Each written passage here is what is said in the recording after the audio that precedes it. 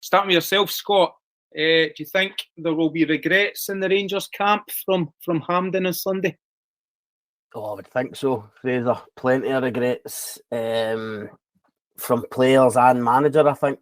In terms of the team selection, first of all, I think Michael Beale, when he looks back, the cold light of day, certainly for me, he'll realise that either Raskin or Ryan Jack should have started the game, given the impact they had when they came on. Cantwell or Tillman, that kind of advanced midfield role, I suppose you could maybe kind of toss that one up, no, kind of 50-50, went with Tillman. I don't think too many people would have complained. But listen, I mean, aside for that, you could argue all day about what the midfield three should have been, the makeup of the midfield.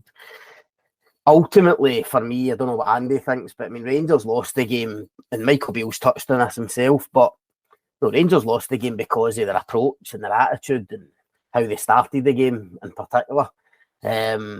It's funny, I mean, me and Andy were at the pre-match press conference with the managers away at the start of last week, and there was something that happened. I don't know if Andy would have picked up on it, but the managers were doing things simultaneously, and Ange Postecoglou came in, and one of the big things he spoke about was how early in his career he realised that he tried to play these games down. When it came to big games and cup finals, he tried to treat it like any other week, any other game, and he realised early in his career, after losing a couple of them, that you couldn't do that.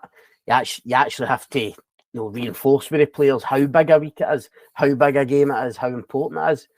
So he talks about this for like 10-15 minutes, goes away, and Michael Beale comes in and basically said the exact opposite. Said, I've tried to tell the players it's just like any other game, it's like any other week, we'll not be doing anything different.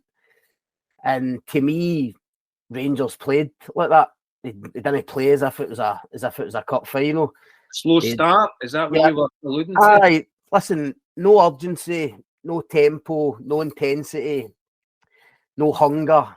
I've used those four words so often with these Rangers players, particularly this season, particularly starting off games. I can't explain it. I don't know the reason for it.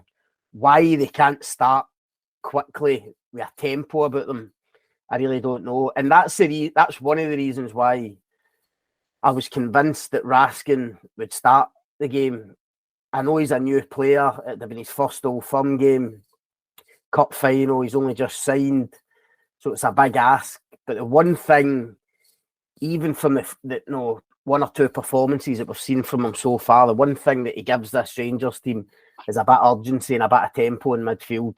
Lundstrom and Kamara just don't have it, and ultimately that's what cost them. I think Celtic played like it was a cup final, played like their lives depended on it, started quick, got out the blocks, took control of the game, the midfielders demanding the ball, dictating the tempo and the rhythm.